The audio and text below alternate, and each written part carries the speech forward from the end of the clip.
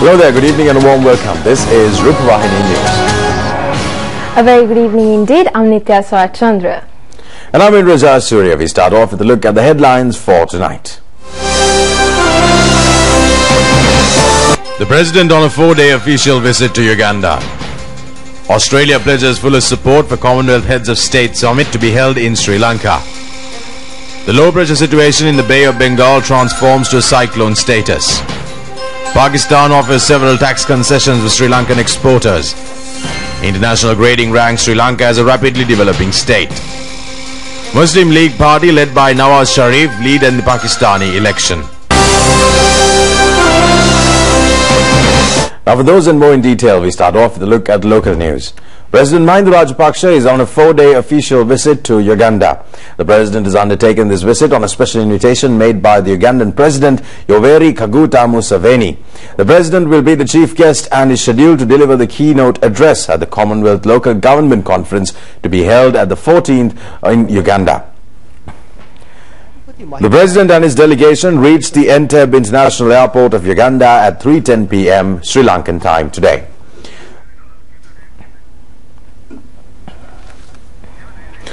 The President and his delegation were warmly welcomed by the Ugandan Minister for Regional Cooperation and Foreign Affairs, Kiagi Asuman. The Sri Lankan High Commissioner in Uganda, T. Ravitran, and embassy staff were also present at the airport to greet the President. The President is scheduled to hold talks with his Ugandan counterpart to declare open the new Sri Lanka Consulate General's office, inaugurate work at the Masulita Training Centre, and to inspect the largest sugar manufacturing factory of Uganda during his visit. The presidential delegation include the Minister of External Affairs, Professor G.L. Pieris, Presidential Advisor on Foreign Affairs, Parliamentarian Sajin Vas Gunawardena, and Secretary to the President Lalit Viratunga. Uganda is a landlocked nation in the east of Africa. It has Kenya to its east, Sudan to its north, Congo Republic to its west, and Tanzania to its south. The land area of Uganda amounts to 236,000 square kilometers. The world's longest river, the Nile, starts from the Victoria Lake in Uganda.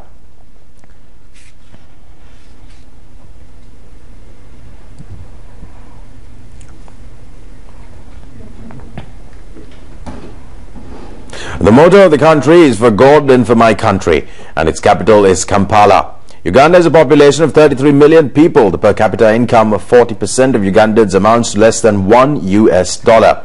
Uganda obtained its independence from Britain in 1962, and the main language of the Ugandan people is Swahili.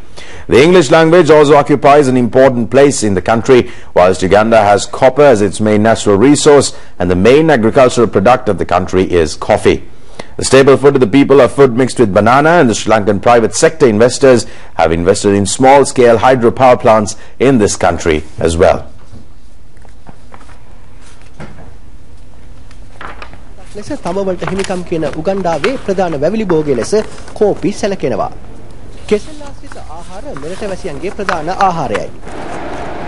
මෙරට ජල සම්පත් ප්‍රයෝජනට ගෙන කුඩා පරිමාණ ජල විදුලි බලාගාර පිහිටුවීමට ශ්‍රී ලංකාවේ පෞද්ගලික ආයෝජකයන්ගේ දායකත්වය හිමිවීමද දක්නට ලැබෙන විශේෂත්වයක්. මහින්ද රාජපක්ෂ මැතිතුමා Well, Australia has said that it will give its fullest support for the Commonwealth Heads of State meeting that will be held in Sri Lanka in the month of November. This was stated by the Australian High Commissioner in Sri Lanka, Mrs. Robin Mood, at a function held in Colombo yesterday in connection with the Commonwealth Day. The second Monday of March each year is commemorated as the Commonwealth Day. The main function is held under the patronage of Queen Elizabeth II at the Westminster Abbey in London. This year the Commonwealth Day fell on 11th of March. Nearly 2 billion people in 54 Commonwealth countries including Canada, South Africa and India commemorate the Commonwealth Day. The Sri Lankan branch of the Royal Commonwealth Society also organised the function, and the Australian High Commissioner in Sri Lanka, Mrs. Robin Mood, was the chief guest at this function. Mrs. Robin Mood appreciated the contribution being made by Sri Lanka for the progress of the Commonwealth.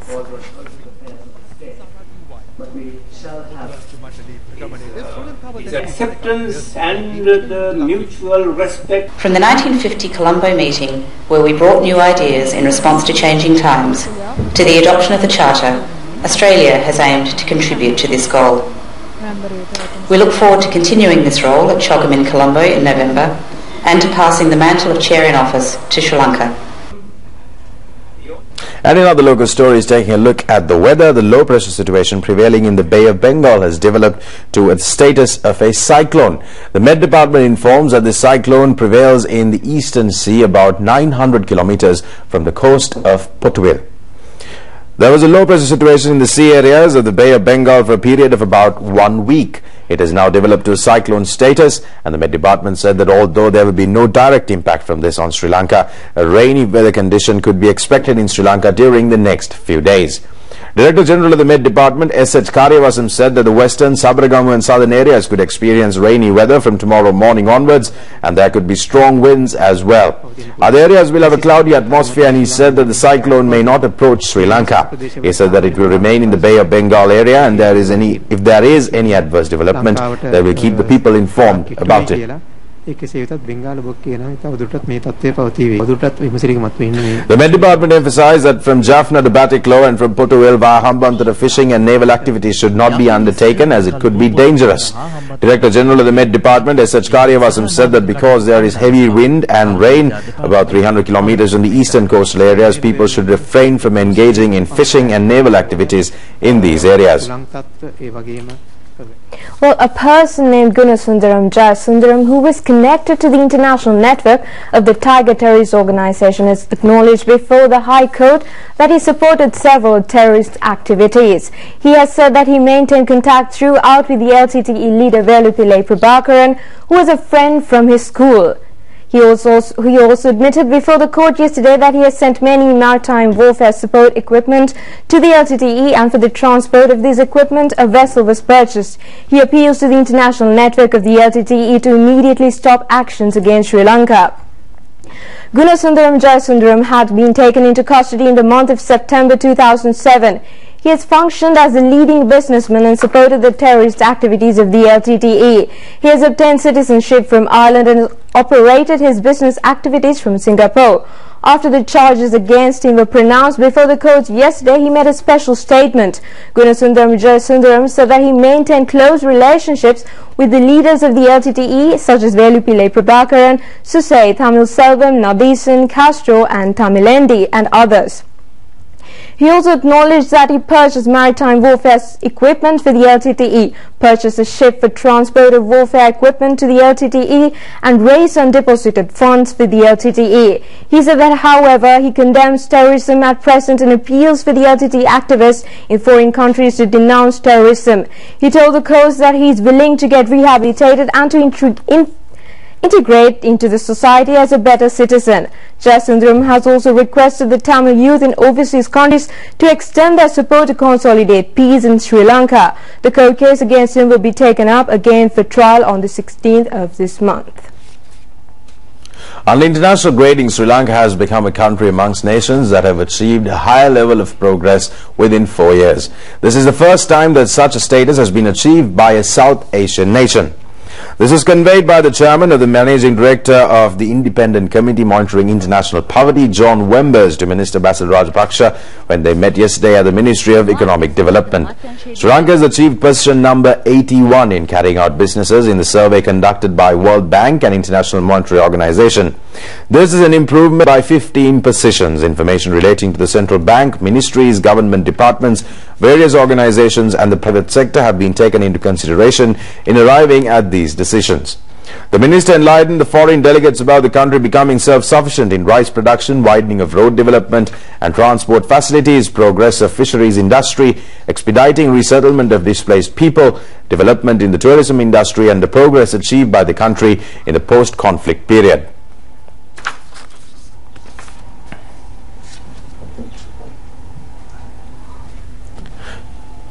The government of Pakistan, in the meantime, has decided to provide many tax concessions to Sri Lankan exporters.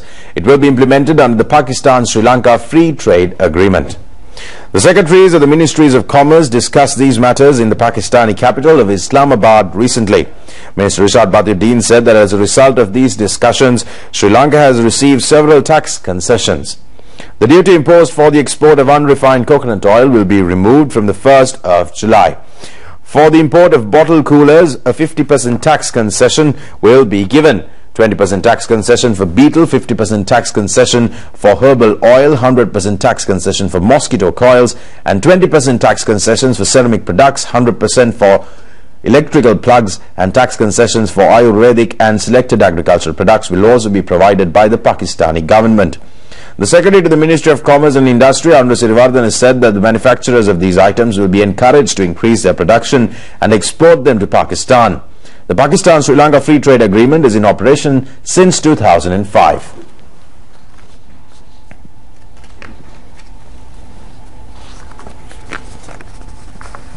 Scientists have called on the leaders of the world to take expeditious steps to reduce the level of carbon dioxide in the atmosphere.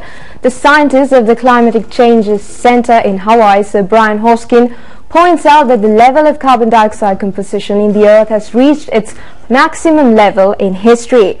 The level of carbon dioxide being released to the atmosphere under various human activities increases daily. Burning of coal, natural gas and fossil fuels mainly contributes for this increase. The level of carbon dioxide released by the highly industrialized nations such as America and other leading Western countries are several times more than compared to other countries. As a result of this, many countries are subjected to its adversities.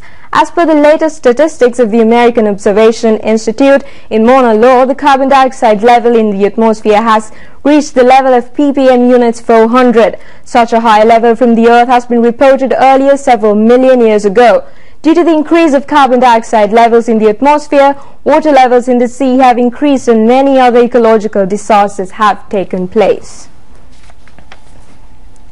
In other development stories, steps have been taken to cultivate paddy aiming for the export market. Already 3 varieties of paddy suitable for this cultivation have been identified. The Ministry of Agriculture said that these varieties of paddy will be cultivated on large scale during the forthcoming cultivation season. It is stated in history that Sri Lanka was self-sufficient in rice. In the Polonnaru era, rice had been exported from the country. It is also given in historical accounts that more than 5,000 varieties of paddy were cultivated in different areas in Sri Lanka. More than 4,000 of these paddy varieties have now been identified, and some of these varieties of high quality give an increased harvest and also cure many kinds of diseases. The academia in the agricultural field state that with the introduction of open economic system, the local agricultural sector suffered a severe setback. The main factors contributing to this setback were the lack of a proper agricultural policy and failure to provide concessions to the farmers. They say that this resulted even in the import of rice. Due to the planned program implemented by the present government to revive the agricultural sector, the paddy harvest has steeply increased compared to other periods. The fertilizer subsidy was provided to the farmers uninterruptedly, and steps were taken to provide agricultural technological know-how to the farmers free of charge by strengthening the farmers' organizations. Massive harvests have been received from the liberated northern and eastern provinces as well. Whilst the paddy harvest has exceeded the local requirement, the export of this excess harvest is the next objective of the government. However, the Ministry of Agriculture said that some of the types of rice being produced at present are not suitable for export. Therefore, the ministry has focused attention on cultivating new paddy varieties targeting the export market. It has been identified that Basmati, Pacha Perumal and AD 362 Ambalantota are the varieties of paddy suitable for the export market. Seed paddy of these varieties will be provided to the farmers free of charge. The export of rice will be undertaken by the private sector with the support of the government, and the government has also planned to expand the cultivation of additional food crops. The Ministry of Agriculture informed that steps have been taken to increase the production of cowpea, pulses, millets and other additional food crops and halt the import of these items by the year 2015.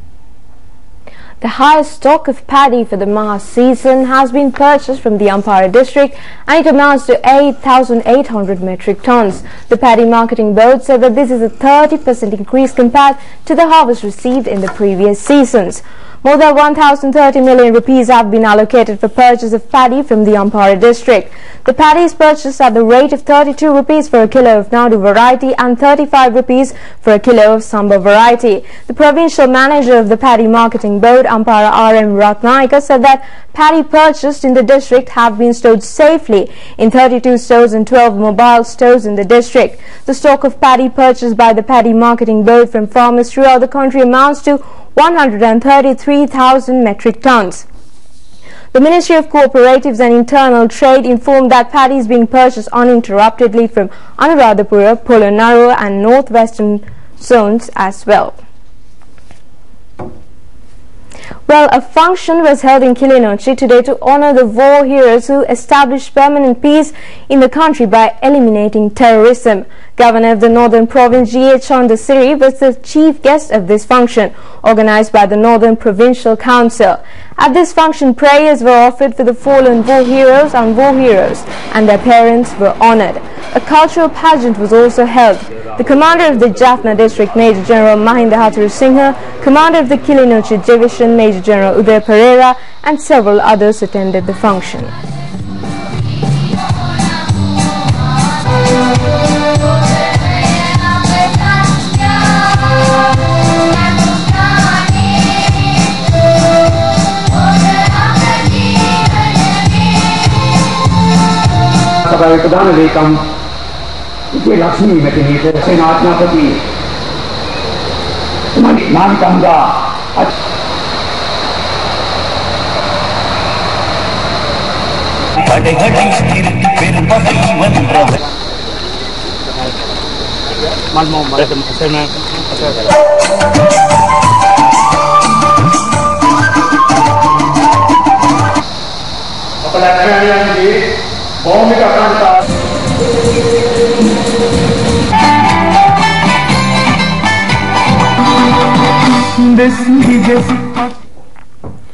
And to wind things up on local news, 100 housing units will be constructed in the Lindula Divisional Secretariat Division in Talawakale at a cost of 80 million rupees. This project has been undertaken by the request made by Chairman of the Lindula Urban Council, Ashoka Sepala. These houses are to be distributed to 100 families who are living in a horse stable for more than 130 years. Minister Vimal Veeravansa laid the foundation stone for this project today, and the construction work will be carried out under the Janaseva Urban Council project, and 60 houses will be constructed under the first stage. It has also been planned to renovate another 100 houses for 100 families. Minister Vimal Veeravansa, addressing the function held in this connection, said that some governments continued to allow poverty to prevail so that they could make use of it to make use of that issue during election times. There are people living in 60,000 unsuitable community settlements. No action was taken so far to provide decent housing for them so that their votes can be purchased for 100 or 500 rupees. However, the Mahinda Rajapaksa government has taken steps to change the situation and provide them with decent housing.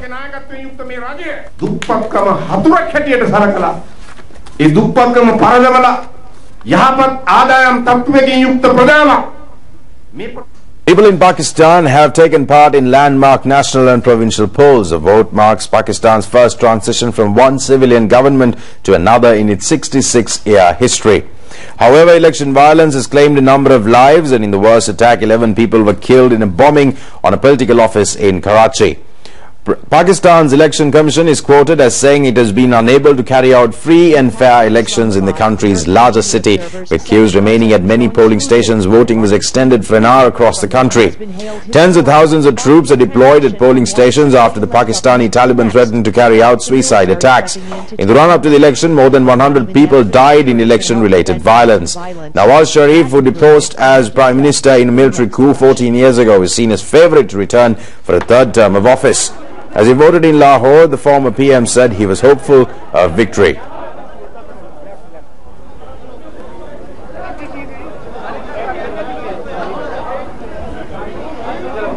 And that brings us to the end of tonight's news. Join us tomorrow for more of the very latest. Have a great night. Good night.